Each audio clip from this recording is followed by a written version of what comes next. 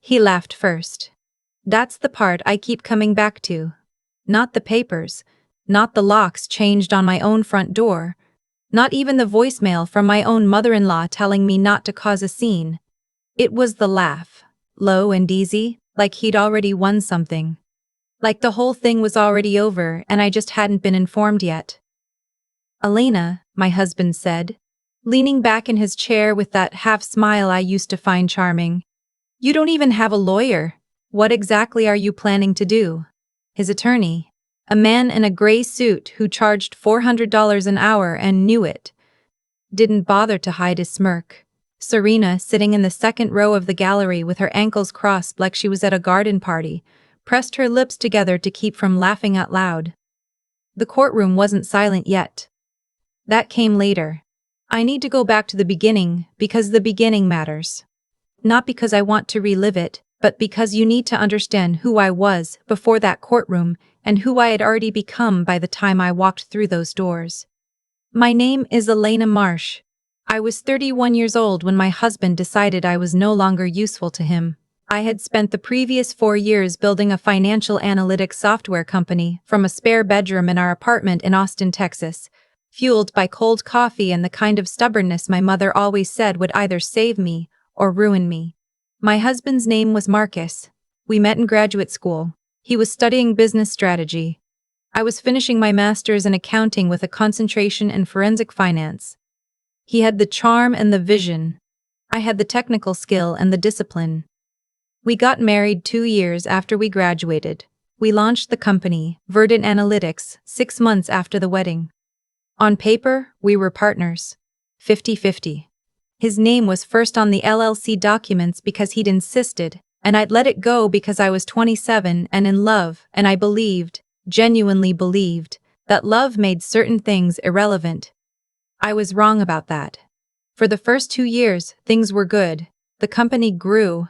We landed 3 mid-sized corporate clients. I wrote most of the core algorithm myself, nights and weekends, while Marcus handled sales calls and investor meetings. He was good at that, walking into a room and making people feel like they were about to miss something if they didn't get on board right now. Then we started getting serious interest from a private equity firm out of Chicago. They wanted in before we scaled. The numbers were significant. The kind of numbers that change what your life looks like. That was when Marcus changed. It wasn't dramatic at first. He started taking more meetings without me, started seeking more meetings without me, started CCing me less on investor emails, started referring to the company as his in conversations, casually, the way people say things they've already decided are true. I noticed. I mentioned it once. He told me I was being paranoid, that I was too deep in the technical side to understand how these relationships worked, that I needed to trust him.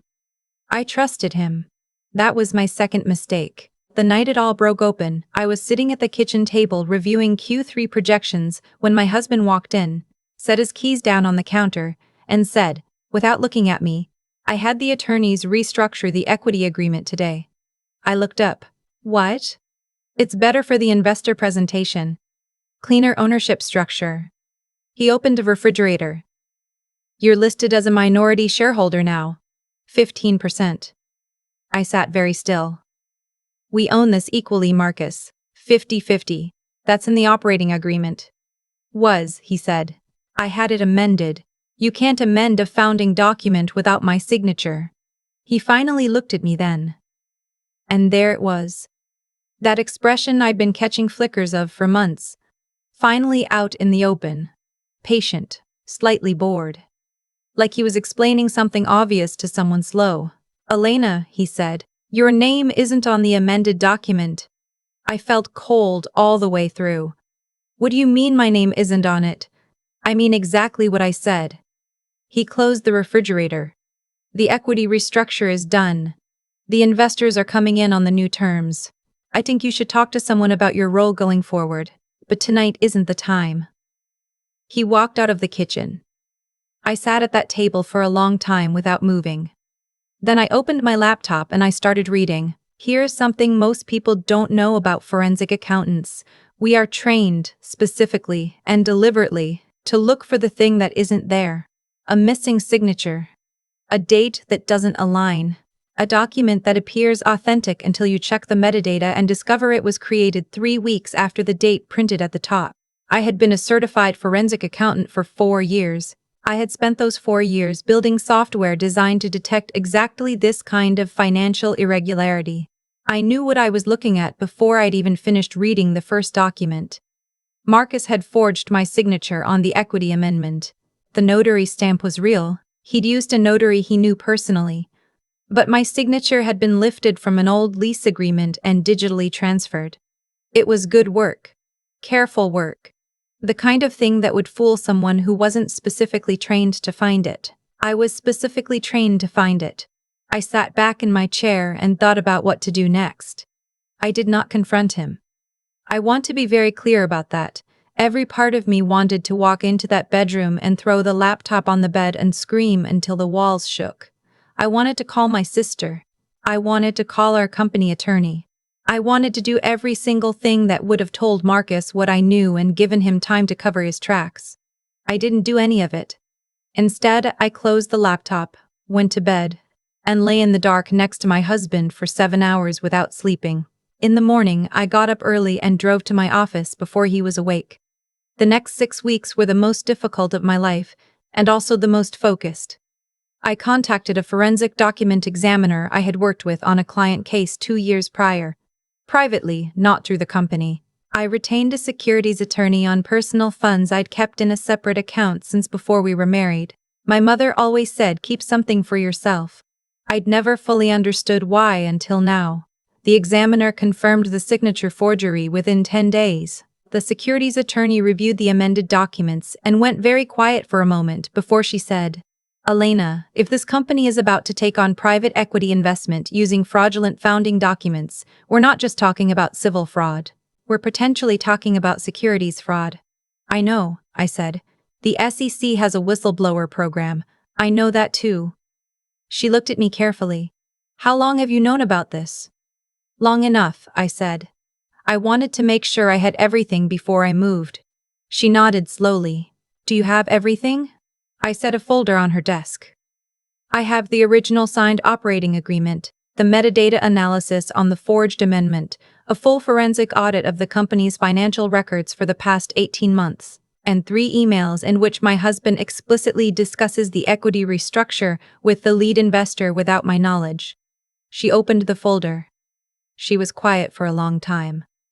Elena, she said finally, you built a very good case. I built a very good company, I said. I'd like it back. Marcus served me with divorce papers on a Tuesday morning. I was at my desk at the office. His attorney had a courier deliver them. I signed the receipt, set the envelope to the side, finished the email I was writing, and then opened the envelope. The terms were what I expected. He was claiming sole ownership of Verdant Analytics based on the amended equity agreement.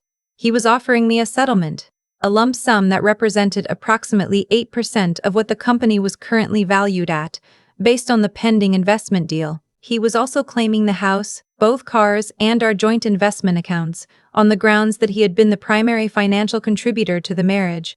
I had contributed 4 years of my life to building the technology that made the company worth anything. That apparently didn't count as financial contribution. I called my attorney, he filed, I said. I saw, she said. Are you ready? Yes. You understand you'll be representing yourself in the divorce proceedings. I understand. People will assume that means you couldn't afford representation. Let them, I said. There are moments in a long story where everything that has been building quietly finally becomes visible. The courtroom was one of those moments for me. I walked in wearing a charcoal blazer I'd bought specifically for this day, my hair pinned back, a single folder under my arm. My husband was already seated at the opposing table with his attorney and a paralegal. Serena was in the gallery. My mother-in-law was there too in the 3rd row, wearing an expression of polite satisfaction. Marcus looked at me across the room and his eyes dropped to the folder under my arm and back up to my face. I could see him calculating. 1 folder, no legal team, no second chair. He relaxed visibly. His attorney leaned over and said something close to my husband's ear, and my husband almost smiled. The judge entered. the Honorable Patricia Weston, who had been on the family court bench for 16 years and who, according to my attorney's research, had approximately zero tolerance for wasted time or incomplete disclosures. Proceedings began. My husband's attorney presented their case first: the amended equity agreement, the claim of sole ownership, the settlement offer as evidence of good faith. He spoke for 20 minutes. He was smooth and thorough and clearly comfortable. Then Judge Weston looked at me. "Miss Marsh," she said, "you've elected to represent yourself today." "Yes, Your Honor." From the gallery, I heard Serena make a sound. Not quite a laugh, something adjacent to it. "Very well," said Judge Weston. "You may proceed." I set my folder on the table and opened it. "Your Honor," I said, "I'd like to begin by submitting Exhibit A, the original operating agreement for Verdant Analytics, LLC, dated 4 years ago and signed by both founding partners. I'd then like to submit Exhibit B, a forensic document analysis conducted by a certified examiner, which establishes that the equity amendment submitted by opposing counsel contains a digitally transferred signature that was not executed by me on any date." The room was quiet. My husband's attorney looked up from his legal pad. "I'd also like to submit Exhibit C," I continued, "which is a full forensic audit of Verdant Analytics financial records. Prepared by myself. I hold a CPA with a forensic accounting concentration, documenting 18 months of undisclosed financial transfers and the deliberate exclusion of the founding partner from material business decisions in the period preceding the filing of fraudulent incorporation amendments." Judge Weston had not moved. "And finally," I said, "I'd like to submit Exhibit D, a copy of a whistleblower disclosure filed with the Securities and Exchange Commission 6 weeks ago regarding potential securities fraud in connection with a pending private equity investment in Verdant Analytics, conducted using documents containing a forged signature." The silence was complete. I could hear the ventilation system. I could hear my own breathing. I could hear, from somewhere in the gallery, the sound of my mother-in-law setting her handbag down on the bench very carefully, as though she was suddenly afraid of making noise. Judge Weston looked at opposing counsel. "Counselor," she said quietly, "is your client aware of the SEC disclosure?" My husband's attorney had gone the color of copy paper. He turned to Marcus. Marcus was staring at me. Not at the judge. Not at his attorney. At me. Like he was seeing something he didn't recognize. "Your Honor," his attorney said, we may need to request a recess." "Sit down," said Judge Weston. She turned back to me. "Ms. Marsh, I have reviewed the preliminary materials submitted ahead of today's hearing. I have some questions about the chain of custody on the forensic analysis." "Of course, Your Honor." For the next 40 minutes, Judge Weston asked me questions. Precise, technical, specific questions about the forensic methodology, the metadata extraction process, the document comparison standards I had applied. I answered each one. I had spent 4 years building software that did exactly this. I knew this material the way I knew my own name. At one point, the judge paused and looked at my husband's attorney. "Counselor, do you have a forensic document expert prepared to rebut this analysis?" A long pause. "No, Your Honor. We did not anticipate." "No," said Judge Weston. "I imagine you didn't." Recesses were called. Attorneys conferred in hallways. My husband's legal team requested a continuance. It was partially granted. I sat at my table and drank a cup of coffee from the vending machine down the hall and called my sister during the break. "How is it going?" she asked. "The judge asked me to clarify the metadata extraction process," I said. A pause. "Is that good?" "It means she read the exhibits." My sister exhaled. Okay, good. "I'll call you tonight," I said. The resolution didn't happen in a single dramatic moment, the way it does in movies. It happened in stages, over the following weeks, the way real things do. The SEC investigation opened formally. The private equity deal was frozen pending review. The forged amendment was submitted to the court as evidence of fraudulent misrepresentation, which opened the door to the full unwinding of the equity restructure. My securities attorney, who had been working alongside me throughout, stepped in for the remaining proceedings once the criminal fraud angle became active. The divorce settlement was renegotiated entirely. The fraudulent amendment was void. The original 50-50 operating agreement stood. The marital assets were divided according to actual contribution, which meant the forensic audit I had prepared became the primary document guiding the settlement terms. Marcus's attorney withdrew from the case 6 weeks after that first hearing. A new firm took over. They settled quickly. I did not celebrate. That might sound strange. My sister brought wine to my apartment the night the final settlement was signed, and I sat on the couch and felt mostly quiet. Not empty. Quiet. Like after a very long project is finally complete and you can hear yourself think again for the first time in months. "Are you okay?" my sister asked. "I think so," I said. "Yeah, I think I actually am." She looked at me for a moment. "You know what I keep thinking about?" "What?" "He had $400 an hour and you walked in there with one folder." I looked at the glass in my hand. "The folder had everything in it," I said. She laughed. After a moment, so did I. "The company is mine now, structurally, legally, operationally." I bought out the remaining interest with terms established in the settlement. We rebranded. We brought on 2 new engineers and a business development lead I'd been wanting to hire for over a year. The private equity firm, after the SEC cleared the new documentation, came back to the table with a revised term sheet. We closed the deal on my terms, with my attorney present, with my signature, my real one, on every page. I still work out of Austin. I still drink too much cold coffee. I still have the original operating agreement in a fireproof lockbox in my home office, alongside the forensic report, the SEC filing confirmation, and a photograph my sister took of me walking out of the courthouse after the first hearing. Blazer, folder, eyes straight ahead. I don't know exactly why I keep the photograph.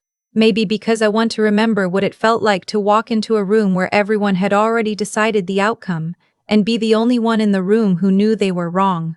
He laughed first. But I prepared longest. And in the end, that's the only thing that mattered.